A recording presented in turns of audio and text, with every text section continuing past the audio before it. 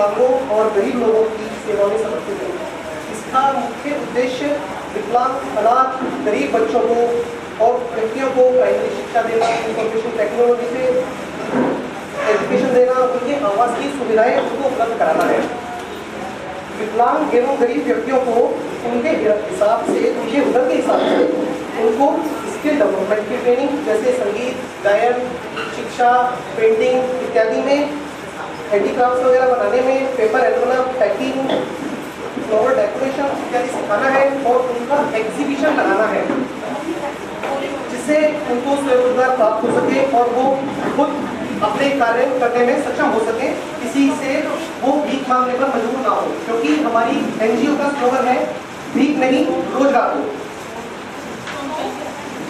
Medical के क्षेत्र में भी हमारी संस्था लगातार कार्य कर रही है, जैसे ये फ्री आई चेक होते हैं और उनकी मदद करते हैं।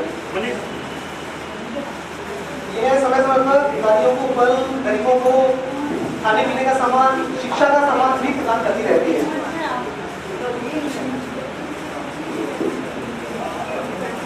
हमारी संस्था का स्लोगन है भीख नहीं रोजगार हो। इस योजना के अंतर्गत सारा श्रेय हमारी संस्था की सदस्य श्रीमती गुलशन कौर जी को जाता है। गुलशन कौर जी को सारा श्रेय जाता है और जो हमारी फ्री हेल्थ चेकअप की श्रृंखला है, ये सिर्फ दिल्ली में ही नहीं, पूरे भारत में हम जगह जगह पर कैंप लगाते रहते हैं। अभी हमने पिछले कुछ समय में आनंद, चंडीगढ़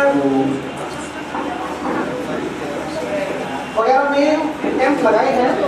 एक अभी श्री आदिश अग्रवाला जी, जो कि सीनियर एडवोकेट है, सुप्रीम कोर्ट में प्रैक्टिस करते हैं और सेंट्रल गवर्नमेंट के काउंसिल रह चुके हैं। उसके साथ साथ यूपी के, तमिलनाडु के, पंजाब और हरियाणा के एक्स एडिशनल सेक्रेटरी जनरल भी रहे हैं। उन्होंने इसका रिकॉर्ड काटकर सुबह 10:30 बजे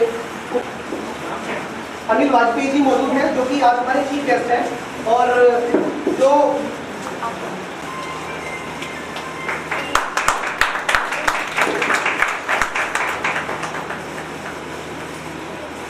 हमारे बीच में Pandit Deendayal institute of physically handicap की तरफ से रिलेटेड वो कार्य करते हैं।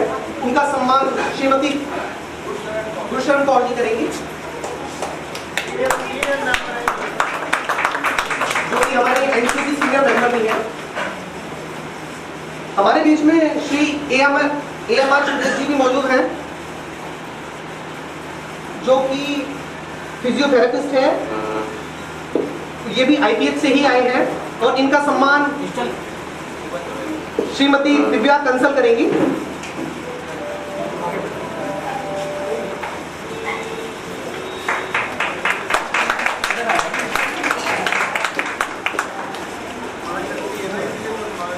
श्री महेश शर्मा जी हमारे बीच में मौजूद हैं, उनका सम्मान श्रीमती सुनीता यादव जी करेंगी।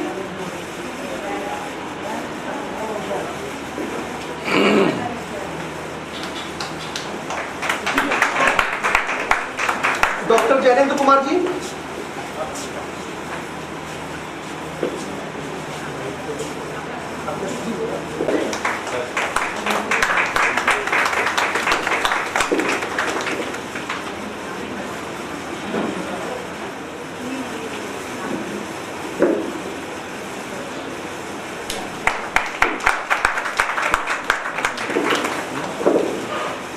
एडवोकेट DK वार्ष्णेय, जो कि प्रेसिडेंट है टैक्स बार एसोसिएशन के, दिल्ली टैक्स बार एसोसिएशन के, जो कि एशिया की सबसे बड़ी बार है। उनका सम्मान श्री रविंद्र नारायण एडवोकेट जी करेंगे।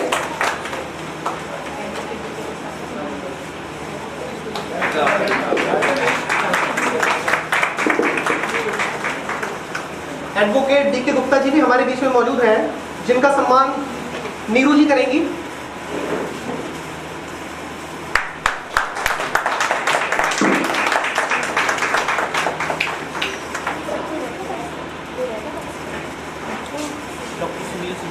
भी मौजूद है, जिनमें मिस्टर प्रेमचंद सिविल इंजीनियर हैं, जो कि रिटायर हो गए थे 2004 में as a manager and consultant structure, जो उत्तर प्रदेश ब्रिज कॉर्पोरेशन और DS कंस्ट्रक्शन से रिटायर हुए हैं।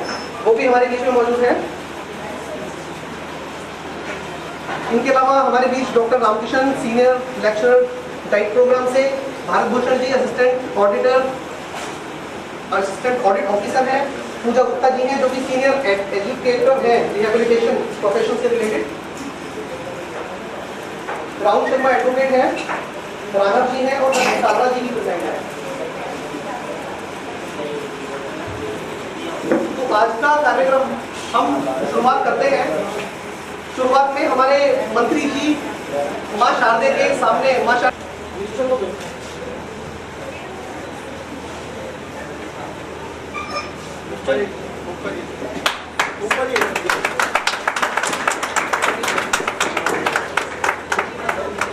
हो गया थोड़ा नीचे करना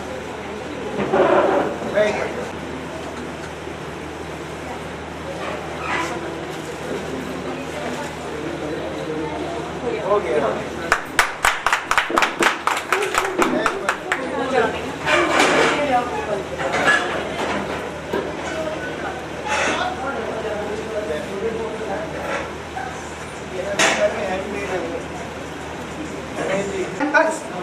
शुरुआत करना चाहते हैं तो उन्होंने ये सपना हमारी प्रेसिडेंट अनीता जी से शेयर किया, जिन्होंने मिलकर ये कार्यक्रम ऑर्गेनाइज किया है और इससे पहले भी जो प्रोग्राम हुए हैं वो सब उन्हीं के गाइडेंस में हुए हैं।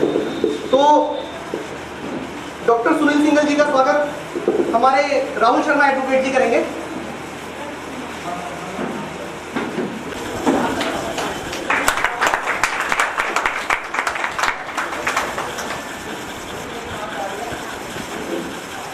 हमारे बीच में डॉक्टर अरविंद नारायण जी, इनका स्वागत भी राहुल शर्मा एडवोकेट जी करेंगे।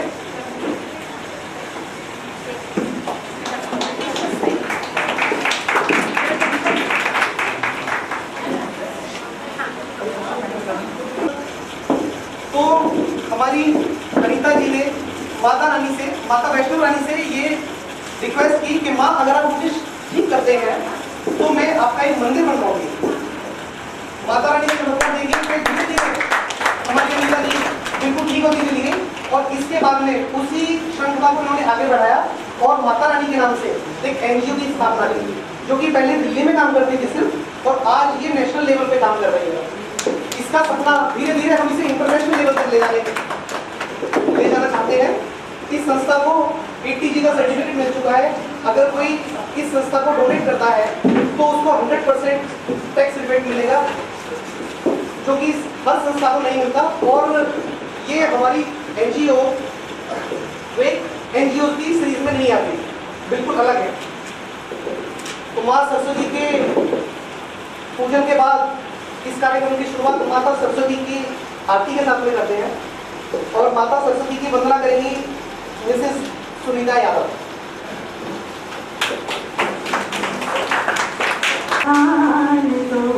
माँ सरस्वती वरदान दो, मुझको नवल उठान दो। माँ सरस्वती वरदान दो, माँ शारदे हंसासिनी वागीश्वरी वीणा वादिनी। माँ शारदे हंसासिनी वीणा वादिनी। मुझको अलम ज्ञान दो, माँ सरस्वती वरदान दो, मुझको नवल उठान दो। माँ सरस्वती वरदान दो, मुझको नवल उठान दो। मन बुद्धि हृदय पवित्र हो, मेरा महान चरित्र हो। मन बुद्धि हृदय पवित्र हो, मेरा महान चरित्र हो। विद्या विनय बलिदान दो, माँ सरस्वती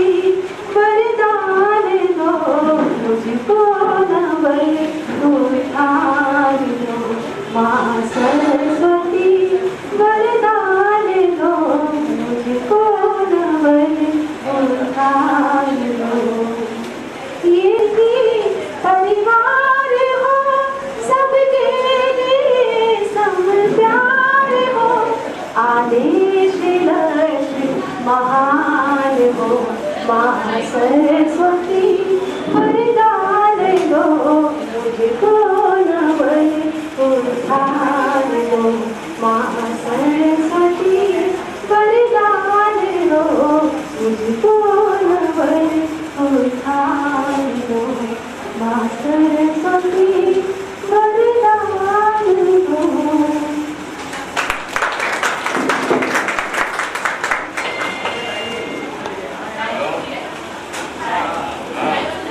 धर्माजी अनिता जी मंच पर विराजमान साथियों, मैं बहुत खुश हूँ कि आपने मुझे आने का मौका दिया और वो सब कहने के लिए दिया। जो ये फिजिकल डिसेबिलिटी, ये मेंटल डिसेबिलिटी या विकलांगता हमारे समाज में है और उसको हम बोझ मान के चलते हैं। मैं इससे करीब 15 साल से IPS से जुड़ा हुआ हूँ और इसी के बारे में बताऊँगा कि जब किसी पेरेंट्स को ये पता लगता है कि भाई मेरा बच्चा किसी तरह से असमर्थ है फिजिकली या मेंटली, तो उसको उससे ज़्यादा दुख नहीं होता ज़िंदगी में जब उसको पता लगता है, या वो कम हो या ज़्यादा हो, और उसके ऊपर समझो कि पहाड़ टूट पड़ा किसी चीज़ का, उसका बिल्कुल दिल टूट जाता है। वो ना किसी से इस बात को शेयर कर सकता है कि इसको पता चलेगा तो ये क्या कहेगा, उसको पता चलेगा तो ये क्या कहेगा, और ना किसी से बात कर सकता है। हिम्मत जुटा के वो बात करता है अपने दोस्त से, साथियों से, और उसको एक्सेप्ट करने की कोशिश करता है। फिर ये सोचता है कि ये चीज़ मेरे साथ ही क्यों हुई, कहीं कुछ ऐसा नहीं हुआ कि प्रेगनेंसी में कोई दिक्कत हो गई हो, ये हो गई हो। फिर धीरे धीरे उस चीज़ को एक्सेप्ट करने लगता है बच्चे को अपने साथ।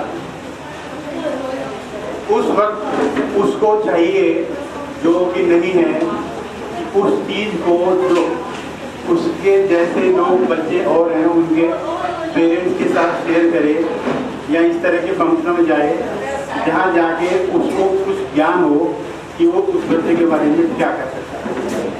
उस बच्चे पे कभी भी वो दया ना करे, बिल्कुल भी ये ना सोचे कि भाई ये बच्चा दया का पात्र है या कुछ है।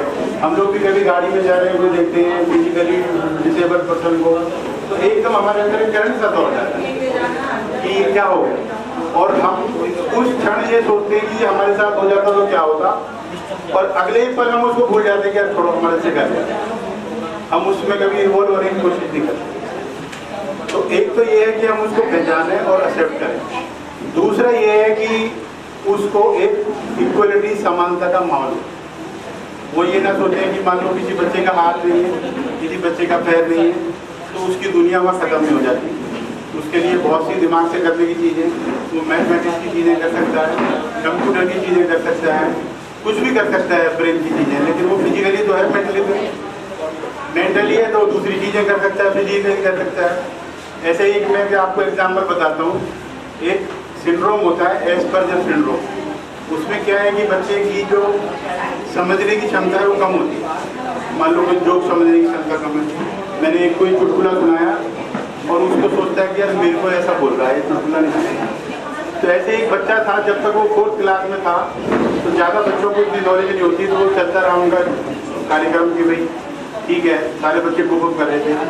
5th स्टैंडर्ड में आते ही 5वीं क्लास में जब बच्चा आ जाता है तो उनको समझने की क्षमता एकदम बढ़ती है, वो समझने लगते हैं कि जो क्या है और नॉर्मल चीज़ क्या है। तो उस बच्चे ने अपना 4th क्लास में बर्थडे सेलिब्रेट कराया, उसके 20 लोग आए, गेम्स खेले, मस्ती की, चले। 5th क्लास में उसने अपना बर्थडे मनाया तो 3 लोग आए, बड़ा उदास हुआ कि मैंने सबको बुलाया था, ऐसे बुलाया था। तो बच्चे उससे धीरे धीरे कटने लगे, क्योंकि उसने उसको जो सुनाया वो उसकी जो बुरा मान जाता था, यार ये तो मेरे ऊपर कह रहा है, उससे लड़ाई झगड़ा करने लगा। इससे धीरे धीरे धीरे कर करके कटने लगे वो। 7th क्लास तक वो बच्चा ऐसे ही चलता रहा और डिप्रेस हो गया था। 7th क्लास में उसके पेरेंट्स ने उसकी काउंसलिंग कराई, काउंसलिंग करा के उसको पता चला कि भाई इसको ये बीमारी है, ये उस चीज़ को उस वक्त रिलेट नहीं कर सकता जो उससे बात की जाती है, बाद में रिलेट करता। खैर उन्होंने उसको स्कूल से निकाला, स्कूल से निकाल के दूसरे स्कूल में एडमिट कराया और उसको उससे रिलेटेड कुछ इलेक्ट्रॉनिक कोर्स कराया, जिसमें उसने आगे जाके इतना राइज किया कि इससे रिलेटेड बहुत इंस्टीट्यूट।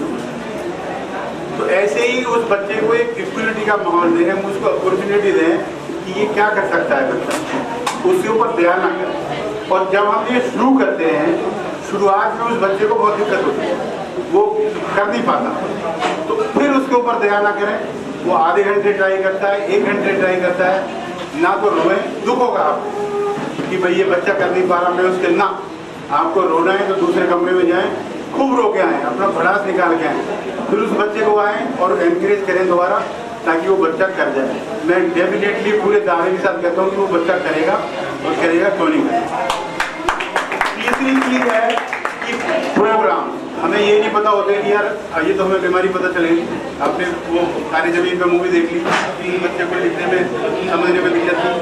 तीसरी चीज़ होती है कि हमें प्रोग्राम्स का नहीं पता होता कि भाई प्रोग्राम्स कहाँ चल रहे हैं, हम इस बच्चे को क्या करवा सकते हैं और क्या ये बच्चा कर सकता है। इसकी अभी भी अवेयरनेस